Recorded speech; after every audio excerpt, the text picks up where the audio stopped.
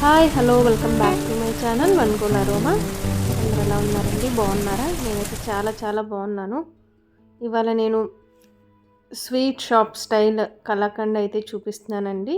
అందుకు నేను 2 లీటర్ల పాలు అయితే తీసుకొని హై ఫ్లేమ్లో దాన్ని మరిగించనండి. కలుపుతూ ఉండాలి. మనం ఏమాత్రం నెగ్లెక్ట్ చేసినా అడుగంటే అవకాశం ఉంటుందన్నమాట. హై ఫ్లేమ్లో చేయటం వల్ల త్వరగా మరిగిపోతాయి అన్నమాట. పాలు చిక్కబడటానికి త్వరగా అవకాశం ఉంటుంది. ఇట్లా హై ఫ్లేమ్ మీద మనం దగ్గరుండి చేయాలండి. అప్పుడే పాలు పొంగిపోకుండా చక్కగా బాయిల్ అయ్యి మంచి టేస్ట్ కూడా ఉంటుందన్నమాట. మీరైతే తప్పకుండా దగ్గర ఉండాలండి. అప్పుడే మనకు మంచి స్వీట్ షాప్ స్టైల్ కలాకండ్ అయితే మనం ఇంట్లో ఈజీగా చేసుకోవచ్చు అన్నమాట. రానున్నవి పండుగలు చాలా ఉన్నాయి కదండి. క్రిస్మస్, న్యూ ఇయర్ ఇట్లా మనం బయట తెచ్చుకోకుండా ఒక 2-3 కలిసి చేసుకుంటే సూపర్గా పిల్లలు కూడా ఇష్టంగా ఇంట్లో తింటారండి. అన్హెల్దీ లేకుండా హైజీనిక్గా మంచిగా ఇంట్లో పాలే కాబట్టి మంచి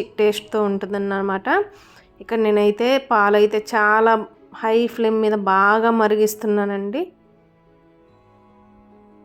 ఇలా ఎడ్జెస్ అన్నీ గీరుతూ మనకున్న మీగడంతా తీసేయాలన్నమాట. అప్పుడు మంచి టేస్ట్ ఉంటుంది కలాకండ్ కూడా.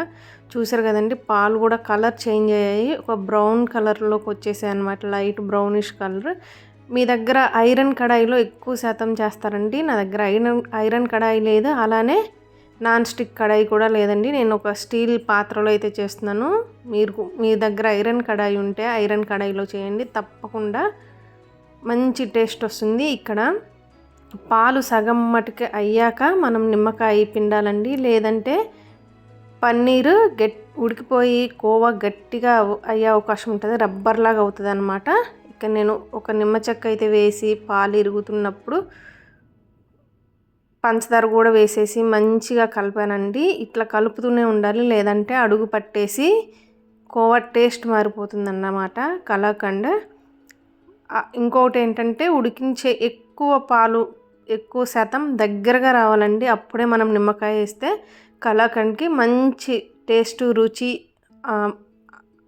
ఆ సాగినెస్ ఇట్లా సాగకుండా మంచి టేస్ట్తో ఉంటుందన్నమాట.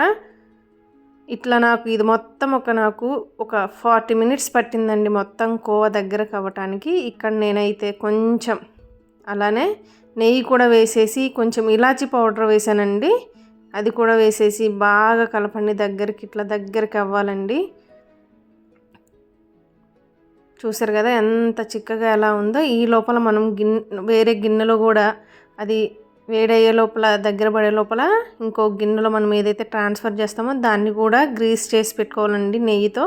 మీ దగ్గర బటర్ పేపర్ ఉంటే వేయచ్చు, నా దగ్గర లేదు. ఆ గ్రీస్ చేసిన దాంట్లో వేడి ఉన్న ఈ కలాకండ్ అయితే వేసేసి మూత పెట్టేసి ఒక 40 మినిట్స్ రెస్ట్ ఇవ్వాలండి. ఒక కాటన్ లేదా ఊల్ క్లాత్ ఉంటుంది కదా, అలాంటి దాంట్లో పెట్టేసి ఒక 40 మినిట్స్ అయితే మనం రెస్ట్ ఇవ్వాలండి. అప్పుడు చక్కగా సెట్ అయిపోతుంది అన్నమాట.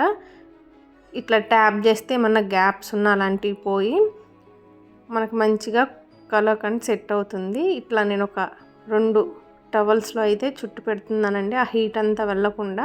ఇలా చేయటం వల్ల లోపల ఒక మంచి బ్రౌన్ కలర్ వస్తుందన్నమాట.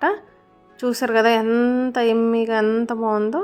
ఇది కొంచెం ఆ గిన్నె నుండి సపరేట్ అవ్వటానికి మనం 1 నిమిషం అలా వేడి చేస్తే మన కోవా గిన్నె నుండి సపరేట్ అయిపోతుందండి. చూసారు కదా, ఇట్లా కొంచెం ఎడ్జెస్ చాక్తో కానీ నైఫ్తో కానీ ఇట్లా చేసేసుకుంటే మనకి కోవా అయితే గిన్నె నుండి సపరేట్ అయిపోతుందన్నమాట. ఫైనల్గా కొంచెం గార్నిష్ చేసుకోవాలండి డ్రై ఫ్రూట్స్తో, మన దగ్గర ఉన్న వాటితోనే. చూసారు కదా ఎంత సూపర్గా సింపుల్గా ఉందో. ఇప్పుడు మనకి ఫెస్టివల్స్ వస్తున్నాయండి, బయట తెచ్చి పెట్టేదానికంటే ఇంట్లో సింపుల్గా అందరూ హాలిడేస్కి వస్తారు కదండి, అందరు కలిసి చేసుకున్న ఇంటిల్లిపాది తక్కువ ఖర్చుతో అందరు ఇష్టంగా తినొచ్చు అనమాట. ఖచ్చితంగా అయితే మీరు ట్రై చేసి మీకు ఎలా కుదిరిందో ఖచ్చితంగా మీకు కమెంట్ చేయండి.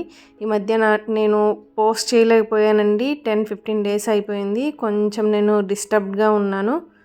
మా నాన్నమ్మ సడన్ డెత్ అండి.